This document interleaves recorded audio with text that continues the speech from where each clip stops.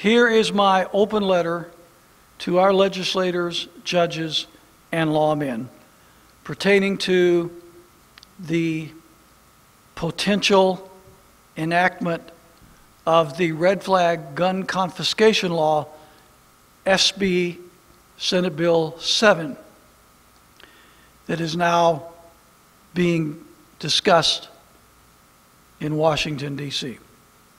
An open letter to our legislators, judges, and lawmen.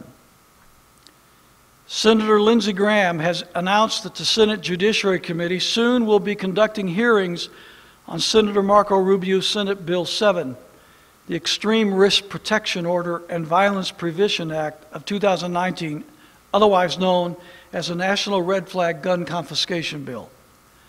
I know I am speaking for tens of thousands of my fellow Montanans and tens of millions of my fellow Americans when I say what I'm about to say. Red flag gun confiscation laws violate every principle of liberty upon which our country was founded. There is no due process associated with red flag laws.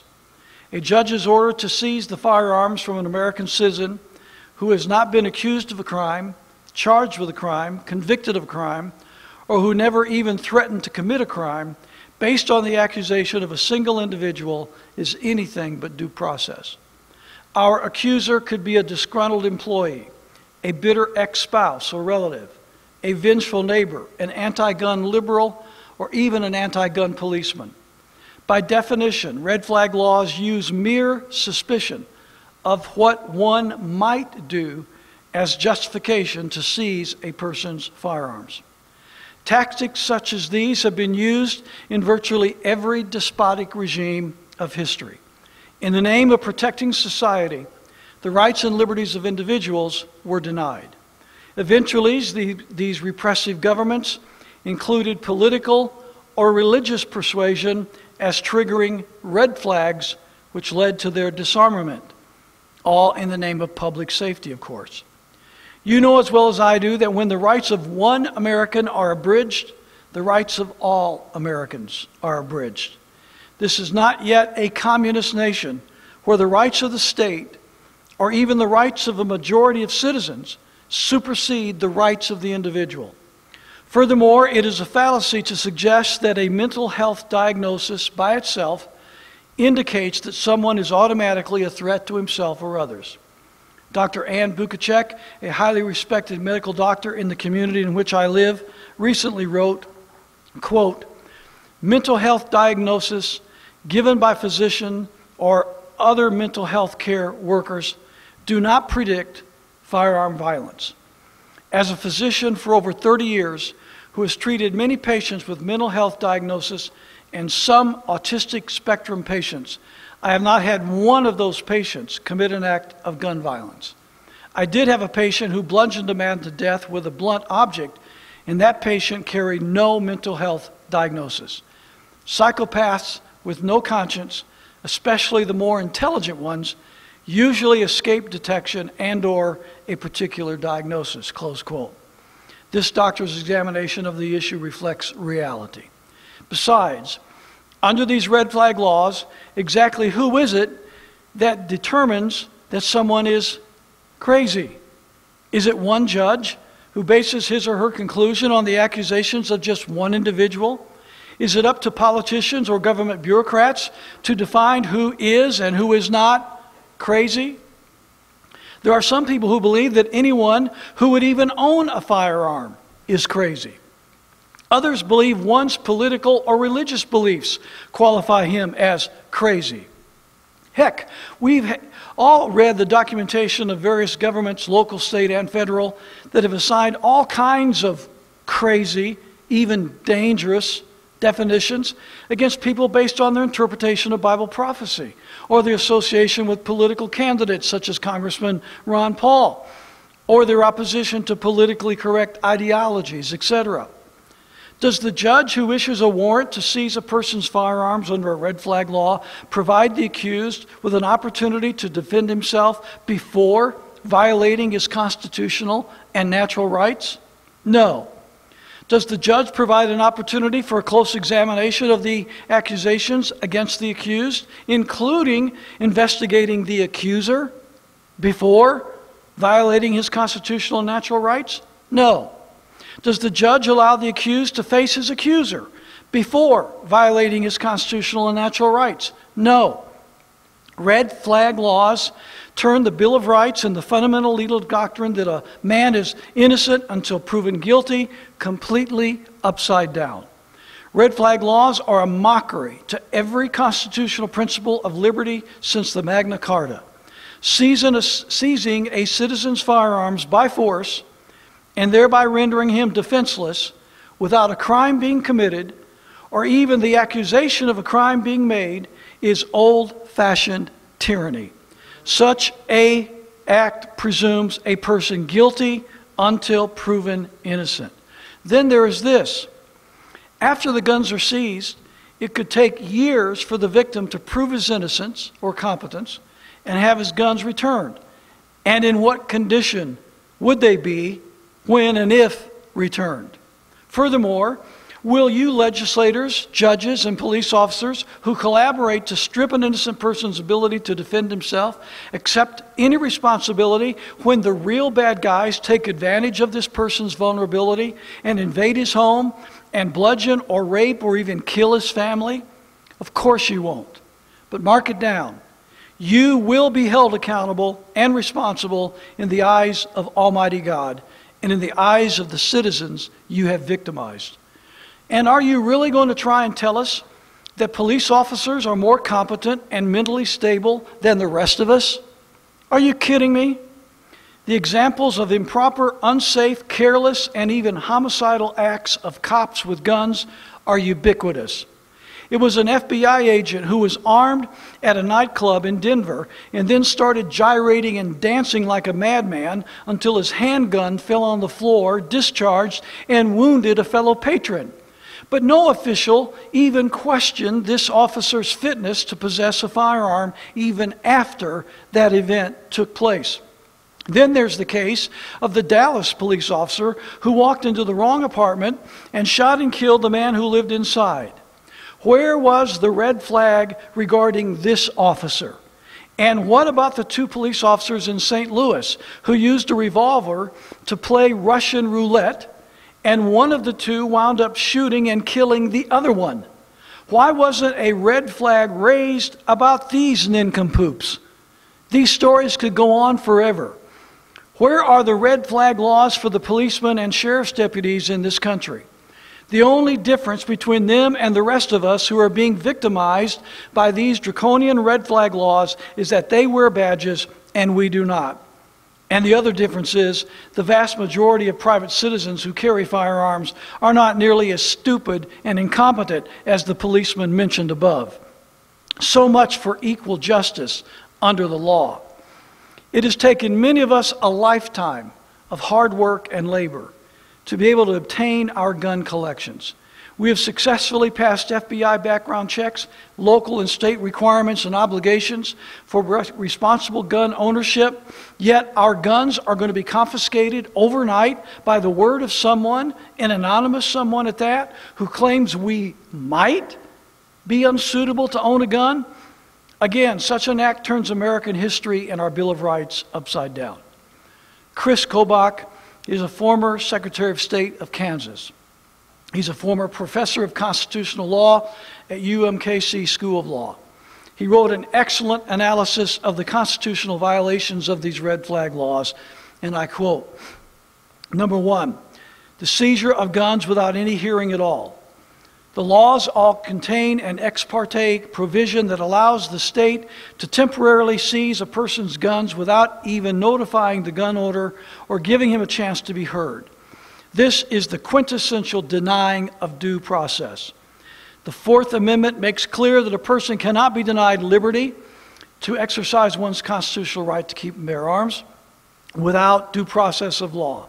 This confiscation is temporary, but it can easily lead to long-term or permanent confiscation. Number two, based on the testimony of one unrelated person. The confiscation order can be based on the testimony of only one person claiming that the gun owner poses a risk to the safety of himself or others. The law, proposed in Kansas, deceptively says that it has to be the testimony of a family member. But family member is defined to include former dating partners and anyone who has ever lived with the defendant.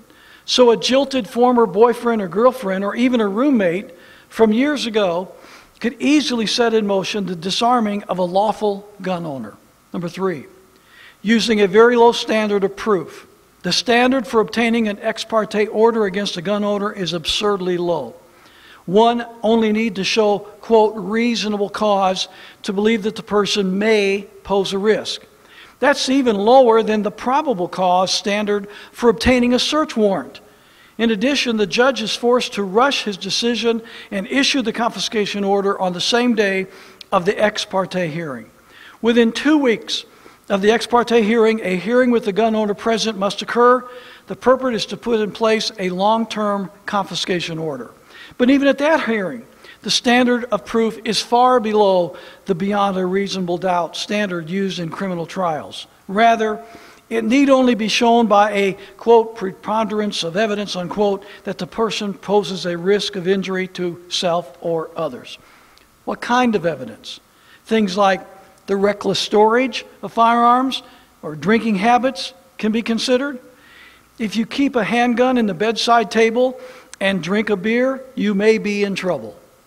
Number 4, shifting the burden of proof to the gun owner.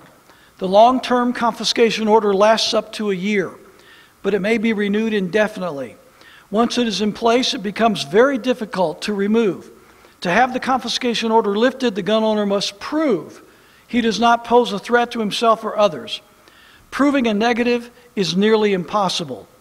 Adding insult to injury, the bill even authorizes local law enforcement to charge the gun owner a storage fee for confiscating and storing his guns. The implementation of red flag laws at any level is unconscionable and totally unacceptable. And I'm here to warn you that there are millions of Americans who will never submit to such oppression. None of us wants to see acts of violence committed against law enforcement personnel in America. But when law enforcers begin carrying out these draconian red flag laws, they will begin lighting the matches of resistance in the hearts of freedom-loving people in this country like hasn't been seen in over 150 years. We have already heard about Gary Willis, the Maryland man who was killed by police officers in his own home as they attempted to carry out a red flag order to seize his gun. This man had committed no crime. He had not been accused of committing a crime. He was given no hearing and no due process. Mr. Willis did not attempt to harm the officers. He merely resisted their efforts to disarm him, and he was killed on the spot in his own home by police officers who had taken an oath to protect the liberties of this poor innocent man. I assure you, Mr. Willis will not be the last American to resist the attempted confiscation of his firearms. Do you legislators, judges, county sheriffs, chiefs of police, sheriff's deputies, city policemen not realize that red flag laws are tantamount to a declaration of war against the American people? Are you so removed from the laws of nature and nature's God that you cannot see this? Do you not realize that in spite of all of Great Britain's abuses of power, our colonist forebears did not openly rebel against the crown until King George sent troops to Lexington and Concord to confiscate the colonists' firearms? You do understand that, right? And you do understand, do you not, that the blood of the colonists flows in the veins of we Americans? At what point do the American people come to believe that you truly do not wish to honor your oath to the Constitution or behave in a manner that truly honors America's Second Amendment and the heritage of liberty that we all share as Americans? At what point do we Americans lose all respect for our civil magistrates and peace officers? For many Americans, that point will come when policemen bang on their doors at 5 a.m. and attempt to seize their guns? Do you not realize that every single instance of an innocent person being subjected to a red flag gun confiscation order will only magnify and strengthen the resentment and animosity in the hearts of the community against these laws and against the ones who are creating and implementing them? Do you not understand that this is a powder keg that could explode into an all-out rebellion at any time? Do you want that? I don't want that. I don't want that for my wife and me, my children and grandchildren, my friends, or my community. Why would you legislators, judges, and policemen even think about doing such a thing? In the name of all that we hold dear, in the name of the brave men at Lexington, Green, and Concord Bridge, in the name of every American who's given his life in defense of the principles contained in the Declaration of Independence, our Constitution, and our Bill of Rights, including many of our brave police officers and sheriff's deputies, and in the name of the natural laws of our Creator, please stop this madness before you literally tear our communities and our country apart. As a legislator, you must not pass any semblance of a red flag law. As a judge, you must not issue a gun confiscation warrant on the basis of a red flag law. As a sheriff or chief of police, you must not order your officers to confiscate a citizen's guns on the basis of a red flag warrant. And if you are a sheriff's deputy or city policeman, you must not obey an order to confiscate your fellow citizens' guns on the basis of a red flag law. I beg you to realize what you are doing. I beg you to refuse to participate in this madness.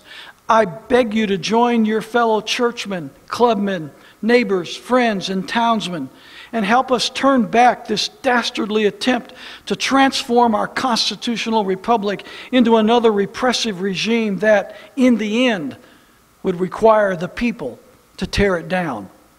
Again, I beg you to think about what you are doing, about the pain you are causing, about the lives you are ruining, and about the potential harm you are inflicting on our country. Red flag laws are on the wrong side of history, the wrong side of our Constitution, the wrong side of liberty, and on the wrong side of the laws of God.